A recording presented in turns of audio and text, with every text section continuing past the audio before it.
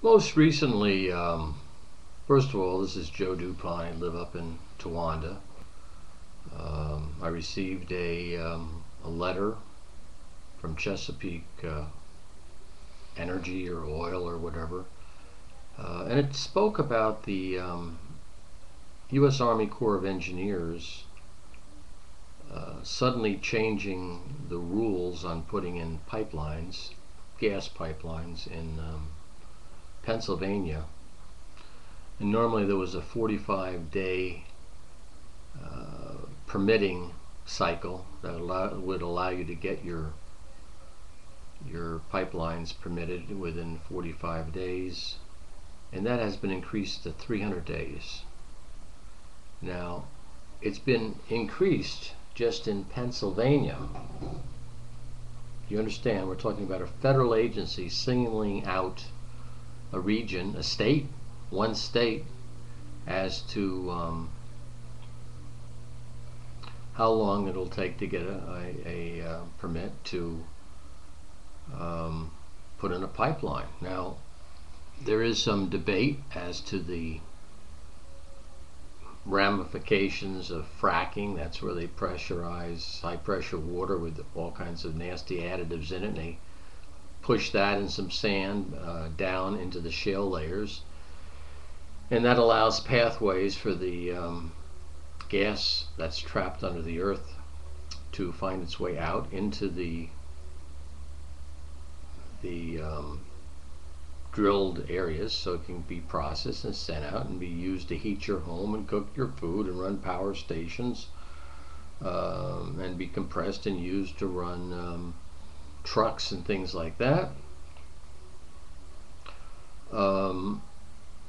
So even though, quote, the damage may or may have been done on this fracking process, there's like I think it's 190 wells that are ready to go to market.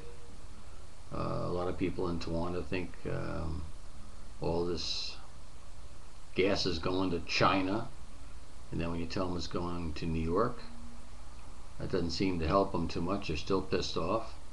When the power company wants to open up and take this gas, which is pretty benign, and burn it and generate electricity and pump it into the grid, they don't want that either. And all these people who are against it, I'd like to know what they've done to either lessen their dependence on energy, or what new energy sources they've developed. You know, but it just seems to be a lot of negativity. Anyhow, I find this movement to by the United States Army Corps of Engineers to be used by the Obama administration to slow down the benefits of us being more energy self-sufficient. In fact, there's a group out, I can't remember the name of it right now, but they're also sending out emails telling everybody to petition Obama to stop a pipeline which will go from Canada, I guess, ultimately down to Texas. Most of it, I think, is in place, but they have a lot of oil up in Canada from shale, and these people are saying how this is going to destroy the world. Well, if this oil was just going to China, okay, then I'm sure they wouldn't say a damn thing. But when this oil is coming to the United States, they seem to be upset. In fact, anything that's being done to make the United States more energy self-sufficient, to lower the price of energy so that businesses can flourish, they can employ people, is poo-pooed, is put down by not only Obama and his administration and these radical environmentalists. While Obama's telling us we can't drill in the Gulf, he's giving the Brazilians, I think, $2 billion so they can drill and sell us. Mr. Obama has done everything to stop, hinder any development of our realistic energy sources in the United States. Now, windmills are nice, solar cells are nice, but they're not predictable as to what they're going to produce. Obviously, the more areas you have these things, I guess the more, what should I say, consistent energy that you might have.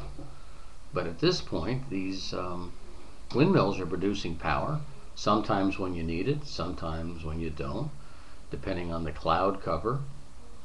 Unfortunately, I guess during the daytime you need a lot of energy, so these photo cells they're putting on telephone poles in New Jersey are probably helping somewhat, but they're, energy-wise, when you look at the amount of energy that's put into a solar cell and when you get what you get out, there's some questions that come up there too.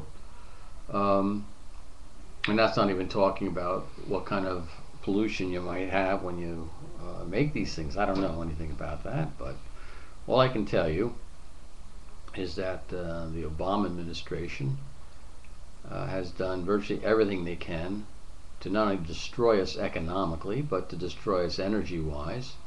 I don't know if it's because Mr. Obama's parents hated this country, that this same hate runs through to Obama. I know he hates the British because of something that the British did to his grandfather or some relative. I don't know. He gave the bust of Churchill back to the English. Very interesting fellow, which we know very little about. We know very little about his records. All we know is that what do they say, birds of a feather flock together. He's been associated with every freaking radical, both religious-wise and bomb manufacturers and people who try to destroy this country.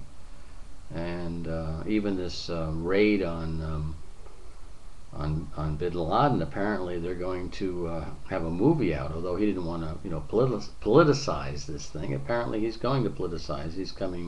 He's cooperated, and there's going to be a movie out just prior to his election. So you have to understand, why would that be? Why would they want to come out with a movie about the killing of Bin Laden? And he was supposed to be killed, according to the SEAL who did it. There was no ifs, ands, or buts. That's what their mission was, to kill Bin Laden, not to capture him and put him at trial. Of course, there's some theories that he was already dead, but that's another story. And there's also a story that a helicopter that crashed, that there were casualties, and that they used this other helicopter crash recently. I think it was 31 SEALs were killed. They used that as either a cover story or whatever, to possibly deal with the people who got killed in that raid. A lot of stuff up in the air, and of course you can't trust Obama. He said he pulled the troops out of Afghanistan, I think in 16 months or whatever the heck it is, and that obviously never took place. He also said he was against mandatory health insurance, and of course he was for it. He's forcing us into it. So there's a lot of weird stuff about Obama that troubles me, and I would think it'd be troubling more and more people. Now, the apologists for Obama go on and on and on, that Cheney and Bush did these things. Well, I protested and wrote many letters about Bush and the things he did on the border. And I've wrote many letters against Obama and some of the actions that he's done. So I try to look at these politicians objectively, and it seems that Obama's a bad apple. And he's done more damage to us in 4 years, and Bush has to take responsibility for a lot of this economic damage than all our enemies ever in the history of the United States have done. So getting back to this gas thing, yeah, there's a lot of people, they call themselves environmentalists, and they're knee-jerk, and anything we do to get more energy self-sufficient, they hate. And yet, I don't hear any of these environmental groups calling for any type of boycotts on Chinese products, because we all know that when Chinese produce a widget or an item, they produce 2-3 times more pollution in the process of making that item than we do here. And that's not even including the pollution caused by all these freighters going back and forth to China. I mean, this takes energy, folks. I hate to break it to you. So Um, you'll never hear these people talking about boycotting China, which makes me wonder if, in fact, um, China's not funding a lot of these environmental groups. You know, the people who are in lockstep with them, sure, a lot of these people are very noble and well-meaning, but they seem to have a hate for business. For instance, when Exxon or these major companies, by the way, I think Apple is bigger than Exxon now, but no one hates Apple. Um, but when they make a lot of money, they don't realize that the return on investment is far less than a lot of other companies in the world and in the country. At least they pay taxes. Obama's buddies at GE don't pay any taxes. So that's enough. It's been a long day, and let's hope for the best. Let's hope the American people have enough brains to vote in anybody but Obama, and also vote out all those people who voted for Obama on such things as cap and trade, and also on mandatory health insurance. Have a wonderful day. Let's hope this country survives, because right now we're on a death spiral, and all they're doing is spending money.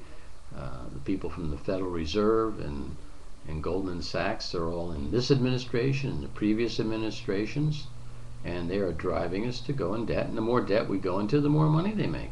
It's truly amazing, and no one will talk about the Federal Reserve and Goldman Sachs. You know, what do they say? You don't talk about religion and politics. Well, let me tell you, you don't talk about Goldman Sachs and the Federal Reserve. In fact, I remember hearing Ron Paul talking in Congress about the Federal Reserve, and they cut off his mic. What do you think of that? Anyhow, enough of this. Have a good day. Hopefully for our kids we get some fiscal responsibility here and get our debt down. But everybody's pissed off at the Tea Party people for trying to keep our debt down. Does this make any sense? Take care.